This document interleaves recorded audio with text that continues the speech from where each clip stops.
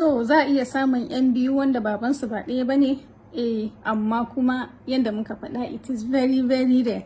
Ma'ana ba za a ce kwata-kwata it is impossible ba ne, amma chances ɗin shi ne gaskiya unlikely.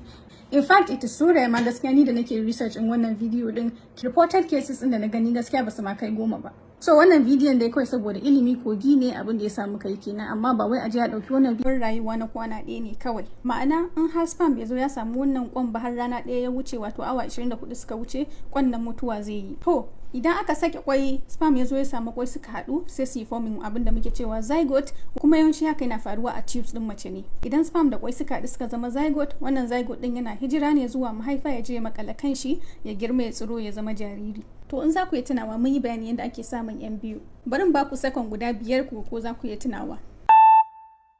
Fiye da ɗaya a wannan ovulation ɗin. Sharaɗi na 3 shine bayan ta sadu da mutum ɗaya kuma har wannan sperm ɗin ya je fertilizing kwai, sai ta je ta sadu da wani daban tukunna, kuma dole a cikin awa 24, wato dole kwana ɗaya ba zai wuce ba tsakani. Saboda kwai kawai Allah ya bashi baiwan surviving for 24 hours ne.